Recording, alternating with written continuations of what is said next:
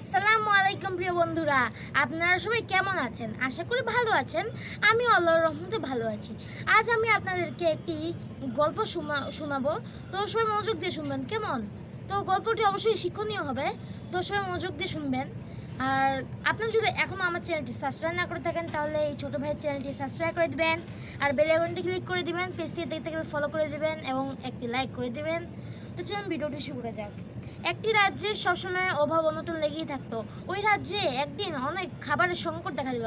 তখন রাজা ভাবলেন এই সংকট দূর করার জন্য একটি খারাপ উপায় বের করলেন। রাজা ভাবলেন এখানে যে বৃদ্ধ মানুষগুলো আছে তার তো কোনো কাজ করতে পারে না, বসে বসে বসে শুয়ে খালি খায়, ওদেরকে রাজা থেকে ওই জঙ্গলে ফেলাই দিই। পরে এই অনুমতি সবাইকে দিলেন, বললেন সবাই বৃদ্ধ বৃদ্ধা এদের সবাইকে জঙ্গলে ফেলাই দিতে লাগবে।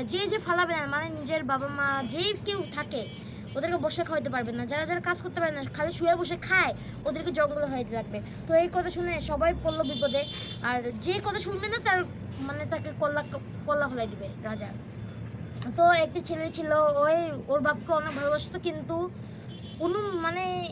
চারদিকে কোনো রাস্তা ছিল না, তার জন্য ওর বাবাকে নিয়ে জঙ্গলে গেল। আসার সময় বাবাও কান্দে ছেলেও কান্দে, কিন্তু বাবা একটা লাঠি, অনেক পাথর আছে না, পাথর রাস্তার মধ্যে পাথর ফেলাইলো, বিভিন্ন কালারের পাথর ফেলাইলো, পাথর নিয়ে আসছিল পকেটে করে, ওই পাথর ফেলাচ্ছে।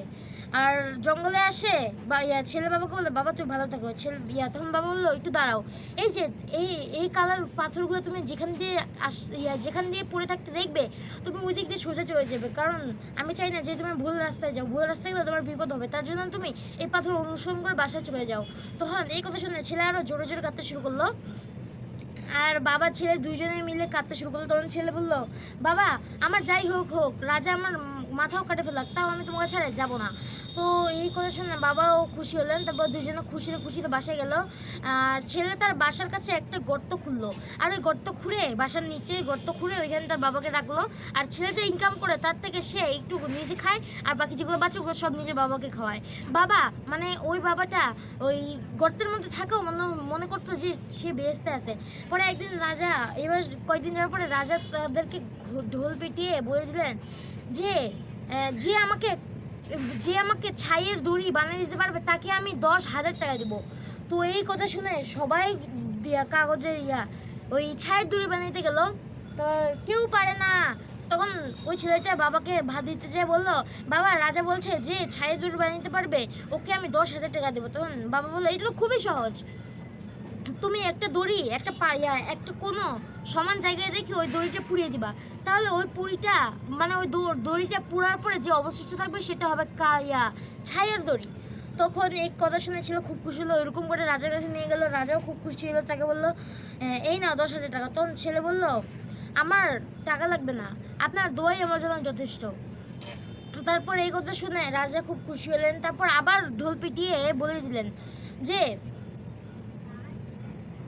যে আমাকে বলতে পারবে যে আমার রাজ্যে একটা 8 ইঞ্চি লাঠি আছে, ওই লাঠিটা যে দেখবে সে যদি বলতে পারে এই লাঠিটা আগে কোনটা আর গড় কোনটা, তাহলে আমি তাকে 50,000 টাকা দেবো। এই কথা শুনে সবাই কাজ করতে গেল, ও সবাই আন্দাজি বলতেছে এইটা গড়া এইটা মাথা, কিন্তু কেউ প্রমাণ স্বরূপ দেখাতে পারতেছে না। তখন রাজা খুব অশান্তিতে পড়ে গেলেন। তারপর ছেলেটা তার বাবার কাছে আবার যা বললো বাবা রাজা বলছে যে একটা 8 ইঞ্চি লাঠির আগে কোনটা গড়া কোনটা খুঁজে দিতে পারলে 50,000 টাকা দেবে।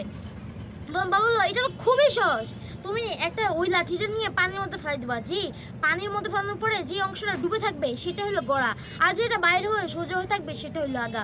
তো এই কথা শুনে ছেলে রাজার কাছে বললো রাজা আমি এটা পারবো, এটা সমাধান দিতে পারবো। তখন রাজা খুশি হলেন, বললেন তুমি তো পারো, কারণ তুমি তো এর আগেও পেরেছো, এটা রাজা মনে ভাবলেন। আর বললেন আচ্ছা করো। তারপর প্রমাণ সুখ দেখানোর জন্য সেই ছেলেটা ওই লাঠিটা একটা বড় পাত্রে ফেলাই দিলেন।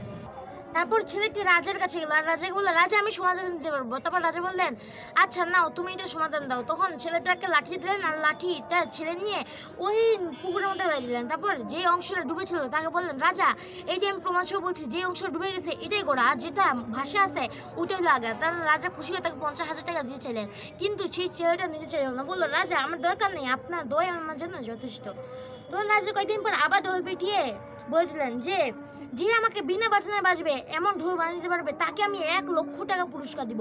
তো এই কথা শুনে সবাই ঢোল বানাইতে গেল, কিন্তু সবাই এমন এমন ঢোল বাজাচ্ছে, মানে ওটার মধ্যে মেশিন দিয়ে কাজকর্ম করা, কিন্তু মেশিনটা খুলে নিলে আর চলে না, হাত দিয়ে বাজে না কিন্তু মেশিন দিয়ে বাজে। তখন রাজা সন্তুষ্ট হলেন না, বলে এটাতেই তো মেশিন দিয়ে বাজে।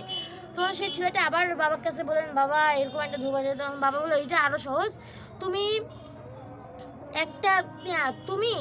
একটা গাছের ছাল আর অনেকগুলো মৌমাছি নিয়ে আসো। তখন এই কথা শুনে ছেলেটা আনতে গেল, তার বাবা মাটি নিয়ে একটা ঘরের মতো বানাইলো, এই যে একটা গোল করে শুধু মাথায় যে এরকম একটা খোলা আর এই যে পুরাটা হলো বন্ধ করা মাটি দিয়ে। তখন তার বাবা এসে মৌমাছিগুলোকে উলের ভিতরে রাখলেন, আর চামড়া যেটা গাছের চামড়াটা ওইখানে ঢাকা দিয়ে দিলেন। মৌমাছিরা ছোড়াছুড়ি করতেছে আর এত সুন্দর শব্দ বাইরে হচ্ছে, মনে হচ্ছে বিনা বাজনা বাজে এমন ঢোল। তখন রাজার কাছে নিয়ে গেলেন, রাজা খুব খুশি হলো। তারপর খুশি হয়ে তাকে 1,00,000 জায়গায় 2,00,000 টাকা দিয়েছিলেন, কিন্তু সেটা বললো, রাজা আমার দোয়াই আপনার জন্য, আমার দোয়াই যথেষ্ট।